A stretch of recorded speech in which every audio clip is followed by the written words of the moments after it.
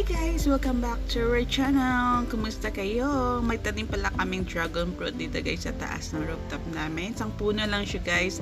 Tara, samahan nyo akong mag-harvest.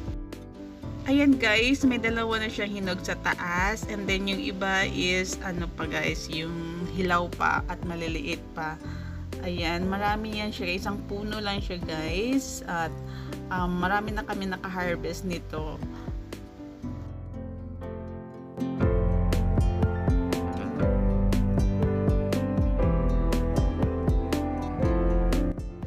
Ayan guys, marami pang hilaw, maliliit pa sila, and then yan, mga pito ata to silang hilaw pa at maliliit. Ayan sa baba, meron pa doon sa dulo. Pagkalipas ng ilang weeks, 1 week lang ata guys, ayan na sila guys, hinog na sila lahat, sabay-sabay. Ayan, tingnan nyo guys, ayun. Dito pa lahat hinog at i-harvest natin to lahat ngayon. Ayan, tingnan nyo, hinog na sila lahat.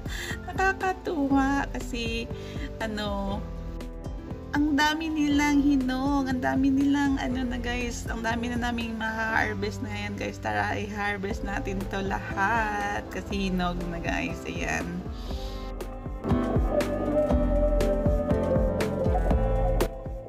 Ayan, i-harvest na namin. Daming hinog. Ang sarap nito guys kasi ano, organic siya. Wala siyang ano, nilalagay na ano-ano. So, masarap at fresh ito kasi galing sa garden.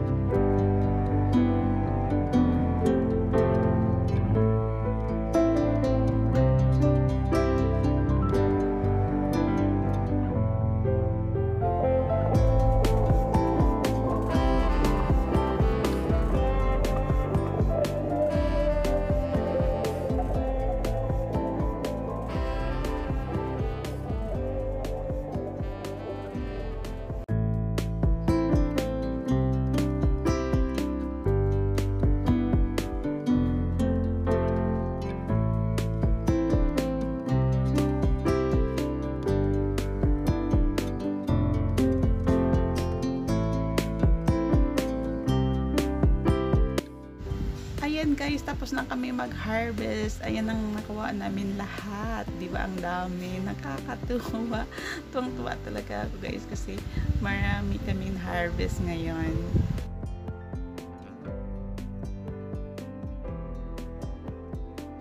Tara guys, tikman natin to guys. Excited na ako. Tara mag-slice tayo ng isa.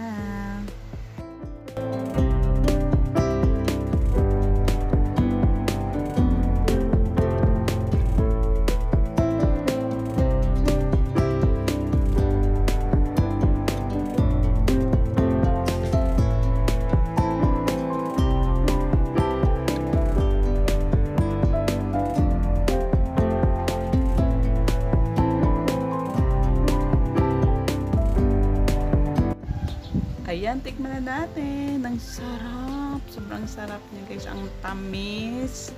Iba talaga guys kapag fresh at organic yung prutas. Ayan, sobrang sarap ang tamis niya guys. Tara, kain tayo.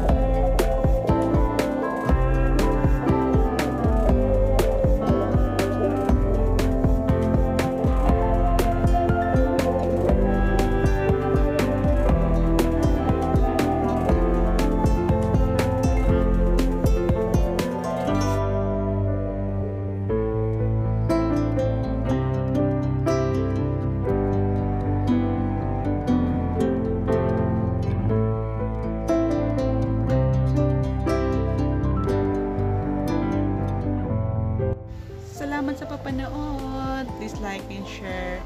Bye! God bless you all. See you all to my next video.